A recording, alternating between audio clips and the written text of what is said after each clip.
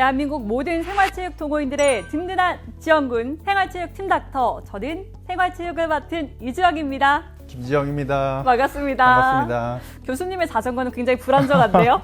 네, 아직 어색합니다. 이 걷기와 네. 함께 대표적인 유산소 운동으로 꼽히는 사이클, 자전거 관련해서 이야기 나눠보고 있는데요. 우선은 이 사이클 운동은 어떤 분들한테 권하면 좋을까요? 우선은 심폐 기능을 우리가 향상시킬 수 있기 때문에 심폐 기능을 좀 우리가 좋게 하고 싶은 그런 분들, 좀 약한 분들한테 오히려 도움이 될 수 있을 것 같고, 두 번째로는 하체 근육을 발달을 시키는 데 굉장히 도움이 되기 때문에 하체가 좀 부실한 분들이 근육을 좀 발달시키는 데도 도움이 될 것 같고요. 그럼 질환으로는 우리가 허벅지 대퇴 사두근이 약한 경우에 이제 슬개 대퇴 증후군이 생길 수 있다고 제가 말씀을 드렸잖아요. 이제 그런 경우에는 어떤 치료 목적으로도 도움이 될 수 있을 것 같습니다. 솔깃하신 분들 많으실 것 같습니다. 그런데 아무래도 겨울이다 보니까 밖에 추워서 나가기가 두려운 분들 많으실 것 같은데요. 그럼에도 사이클을 즐길 수 있는 방법이 있습니다. 실내 자전거인데요. 실내 자전거도 좋은 점들이 한두 가지가 아니더라고요. 우리가 겨울철에는 아무래도 밖에서 이렇게 타기가 조금 부담스럽지 않습니까? 이런 경우에 실내에서 이제 운동을 하게 되면은 춥지 않은 상태에서 네. 운동을 할 수도 있겠고, 겨울철에는 아무래도 바닥이나 이런 데가 좀 미끄럽고 눈이 왔다든지 바닥이 얼었을 경우에는 다칠 위험이 높은데, 이제 실내에서 탄다면 이제 그런 위험도 좀 적을 수가 있겠고요.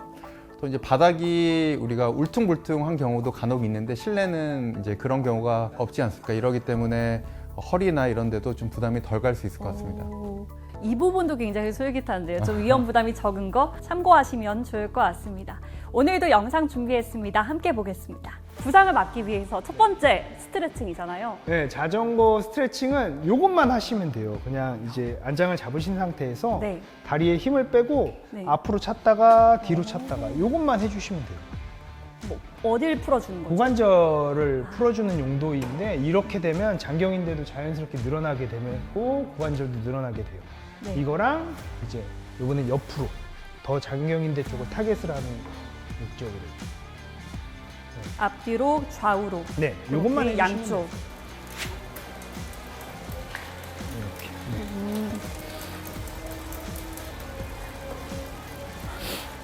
타다 보니까 저는 익숙하지 않아서 그런지 무릎에 또 자극이 가더라고요. 네.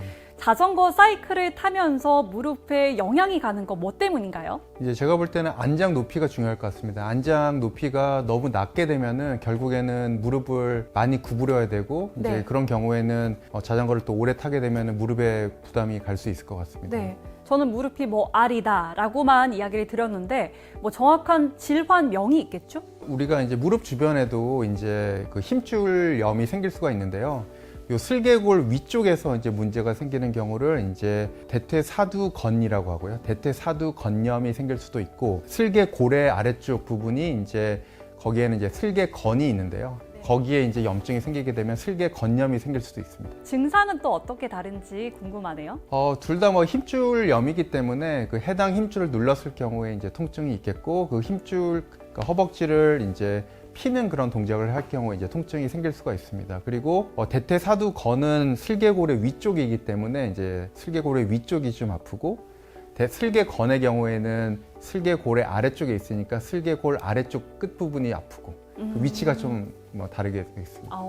만약에 말씀하신 질환이 일어났을 때 어떻게 관리하는 게 필요할까요? 그러니까 이제 슬개건염 같은 경우에는 이제 무릎을 우리가 핀 상태에서 이제 슬개건을 눌렀을 때 이제 아프게 되는데요. 당연히 이제 이거는 힘줄에 무리가 많이 갔기 때문에 생긴 거기 때문에 우선 휴식을 취하면서 통증 조절을 하고 이제 물리 치료를 하고 이런 거를 하면은 대부분의 경우는 좋아집니다. 이제 그러고 나서 이제 또 우리 과거에도 많이 했듯이 스트레칭하고 근력 운동하고 이런 식으로 진행을 하면 되겠습니다. 네, 만약에 시술이나 수술이 필요한 정도라고 한다면 치료가 어떻게 이루어져요? 우선 대부분의 경우는 수술 없이 그냥 약물 치료나 물리 치료로 좋아진다고 생각을 하시면 될 것 같고요. 다행이네요. 네, 맞습니다.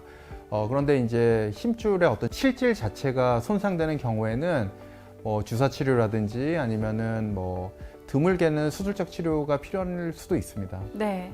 수술은 이제 좀 상한 힘줄을 갖다가 조금 정리하는 선에서 해볼 수 있을 것 같습니다. 그럼 기존에 이 퇴행성 관절염을 앓고 있는 분들이라면 사이클을 피하는 게 좋을까요? 그렇죠. 이제 퇴행성 관절염은 결국에는 무릎의 어떤 관절면이 상했기 때문에 무릎 관절을 반복해서 많이 움직이게 되면은 그런 관절염이 더 빨리 진행할 수가 있습니다. 그래서 제가 볼 때 이미 관절염이 생기신 분들에게는 사이클은 그렇게 좀 추천할 만한 운동은 아닌 것 같습니다. 그렇군요. 그렇다면 이 무릎 건강을 지키기 위한 방법도 있을 것 같습니다.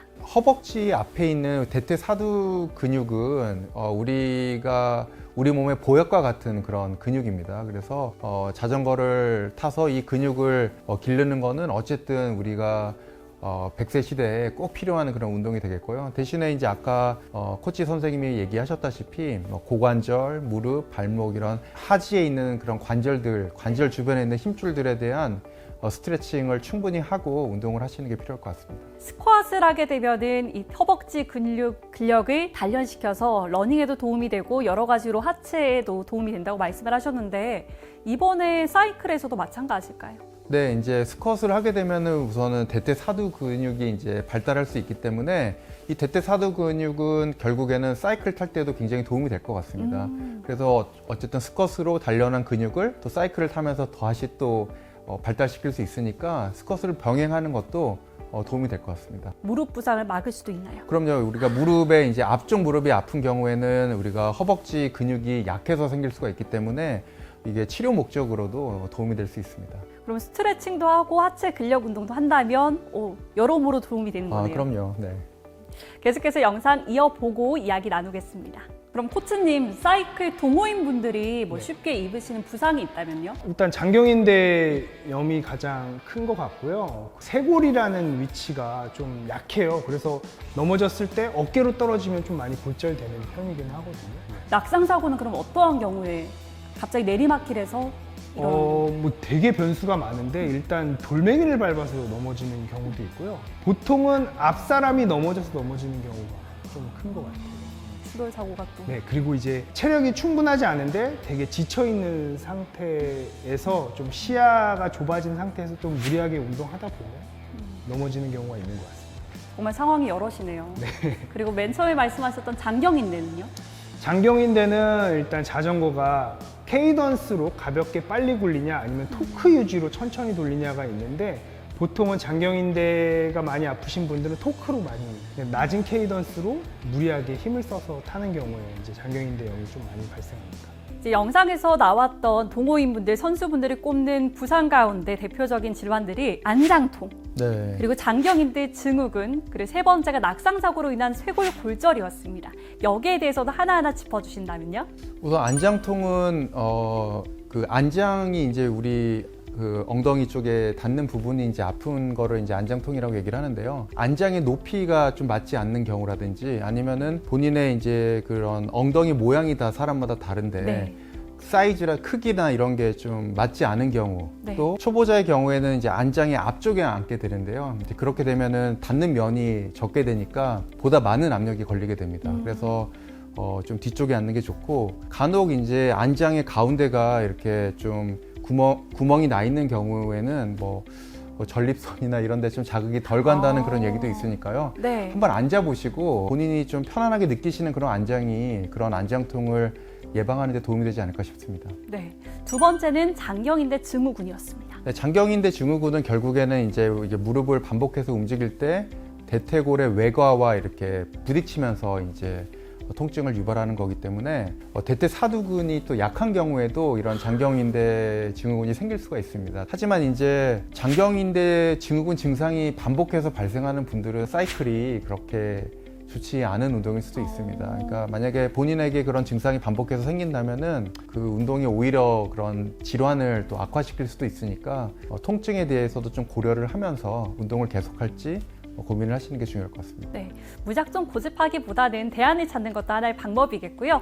마지막 세 번째는 낙상 사고로 인한 쇄골 골절이었습니다. 자전거가 굉장히 좀 빠른 속도로 달리다가 넘어지기 때문에 한번 부상을 당하면 제가 볼 때 좀 큰 부상을 입는 것 같습니다. 그래서 어깨를 바로 부딪히거나 이런 경우에 이제 쇄골이 골절이 될 수도 있고 손을 짚고 넘어지면은 이쪽 팔꿈치 바깥쪽에 있는 요골두라든지 아니면은 주상골이나 뭐 손목 머니 요골 이런 데가 이제 다 골절이 생길 수가 있기 때문에 본인이 아픈 위치가 어딘지를 잘 생각을 해보고 거기에 대한 평가를 하는 게 필요합니다.